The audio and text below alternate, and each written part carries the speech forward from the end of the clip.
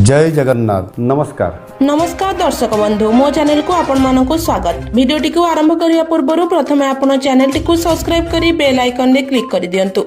आम चैनल खूब शीघ्र 15,000 सब्सक्राइबर्स सेवा जाउछि। 15,000 सब्सक्राइबर रे टॉप 10 सब्सक्राइबर को आमे 10,000 लेखाएं दबाकु जाउछु। बहुत जल्दी कर दियंतु। चलंतु आजिर खबर गुडी को ऊपर नजर पकाइबा। आजिर प्रथम खबर, गहना किनिबा पूर्व नजर पकांतु केउ सहर रे केते रहिछि सुना दर। तेबे जदि आपण आज सुना किनिबाकु चाहुछंती बा योजना करिछंती तेबे प्रथमे जानि नियंतु आजिर सुना दर।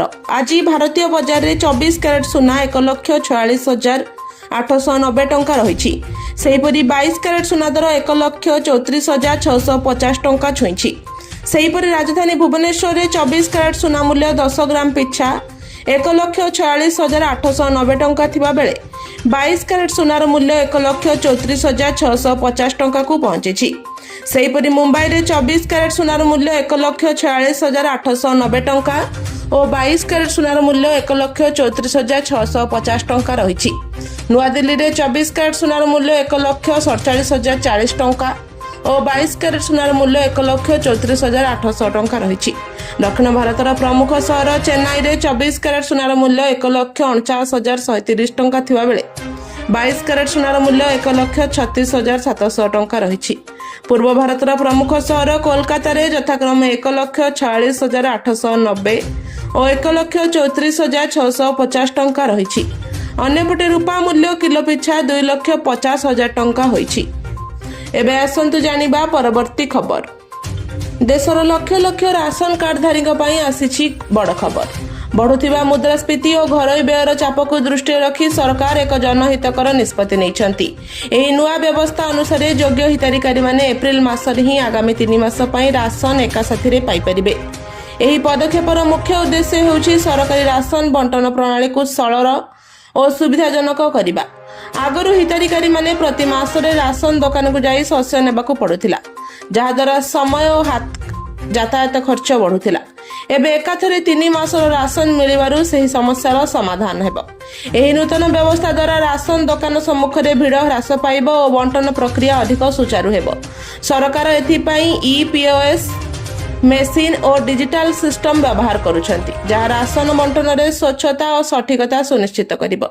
हिताधिकारी माने राशन नेबा समय निजर राशन कार्ड किंबा आधार कार्ड सांगरे नहीं जिबा आवश्यक। डिजिटल वेरिफिकेशन माध्यम रे योग्य लोक माने मात्र तांकर अधिकार पाई परिबे, जहा अनीति को रोकिबो। एही निष्पत्ति सर्वाधिक लाभ ग्रामांचल और दूर अंचल रे बसुथिबा लोक माने पाइबे।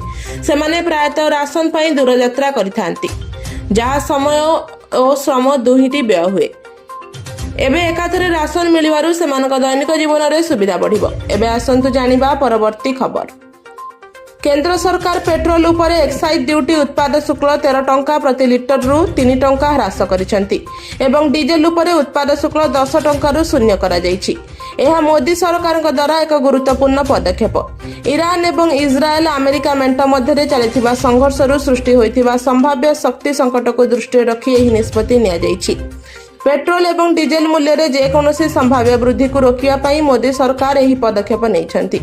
ईरान सहित संघर्ष जोगु प्राय अशोधित तैल जोगाणर अधा पेट्रोल एवं डीजेल भली इंधन उत्पाद पाई व्यवहृत कच्चामाल बाधा प्राप्त होइछि। तथापि देश आगामी 60 दिन पाई विकल्प उत्सरु पर्याप्त अशोधित तैल जोगाण को सफलतार सहित सुरक्षित करिछि। पेट्रोलियम मंत्रालय कहिछि जे देशर समस्त पेट्रोल पंप रे पर्याप्त संरक्षण अछि एवं कार्य स्वाभाविक भाव में चली। वर्तमान पेट्रोल किबा डीजेल कौनसी राशनिंग करा जाउ नहीं। विवृत्ति अनुसार पेट्रोलियम कंपनी गुड़िक द्वारा कैश एंड कैरी व्यवस्था कार्यकारी हेबा परे किछि पेट्रोल पंप विशेषकर छोट सहर गुड़िक इंधन जोगाण असुविधार सम्मुखीन हेउछंती। एबे आसंतु जानिबा परवर्ती खबर, वर्तमान उपर वायु घूर्णिबलय उत्तर ओडिशा संलग्न दक्षिण गांगेय पश्चिम उपरे समुद्र पतन ठारू 1.5 किलोमीटर पर्यंत व्यापी। यार प्रभाव में गुरुवार राज्यर विभिन्न स्थान में घड़घड़ी सहित वर्षा पवन और कुआपथर माड़ होता। खोर्धा, कटक, जगतसिंहपुर आदि विभिन्न जिले में हालुकारू मध्यम धरणर वर्षा रेकर्ड करा जायतिला। तेज भुवनेश्वर में अपराह्न झड़ तोफान सह प्रबल वर्षा होता। एथिसह कुआपथर माड़ राजधानी जीवन यात्रा को प्रभावित करथिला।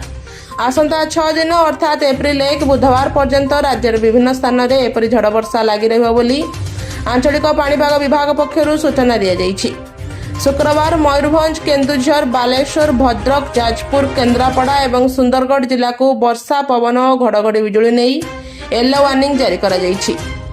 एबे आसंतु जानिबा परवर्ती खबर। बैंक रे चाकरी पाई आग्रही तेबे एही खबर आपण मानक पाई। स्टेट बैंक ऑफ इंडिया एक अनन्य सुजोग प्रदान करुछि, जेउठारे जे कोनोसी श्रृंखला रे डिग्रीधारी प्रार्थी मानकु आवेदन करबाकू योग्य विवेचना करा जाय। भारतीय स्टेट बैंक खूब शीघ्र प्रोबेशनरी ऑफिसर बा पीओ नियुक्ति 2026 पाई सरकारी विज्ञप्ति प्रकाश करबाकू जाउछि। बैंक रो सरकारी वेबसाइट रे नियुक्ति विज्ञप्ति प्रकाशित हेबा परे आग्रही एवं योग्य प्रार्थी माने आवेदन करि परिबे। जे कोनोसी स्वीकृति प्राप्त विद्यालय स्नातक डिग्रीधारी प्रार्थी माने आवेदन करबाकू योग्य।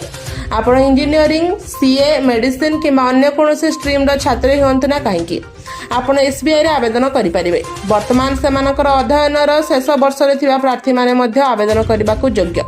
तथापि सेमानकु सेप्टेम्बर 30, 2026 सुधा सेमानकर डिग्री रो प्रमाण प्रदान करबाकू पड़िबो। बयस सीमा संपर्क रे 21 रु 30 वर्ष बयसर प्रार्थी माने एही पदवी पई आवेदन करबाकू योग्य। तथापि एससी, एसटी, ओबीसी एवं पीडब्ल्यूबीडी वर्गर प्रार्थी मानकु सरकारी नियम अनुसार उपर बयस सीमा रे छाड़ प्रदान करा जिवो। एबे आसंतु जानिबा परवर्ती खबर। मध्य प्राच्ୟରେ उत्तेजना मध्य सरकार पेट्रोल एवं डीजेल को नहीं एक बड़ निष्पत्ति नहीं।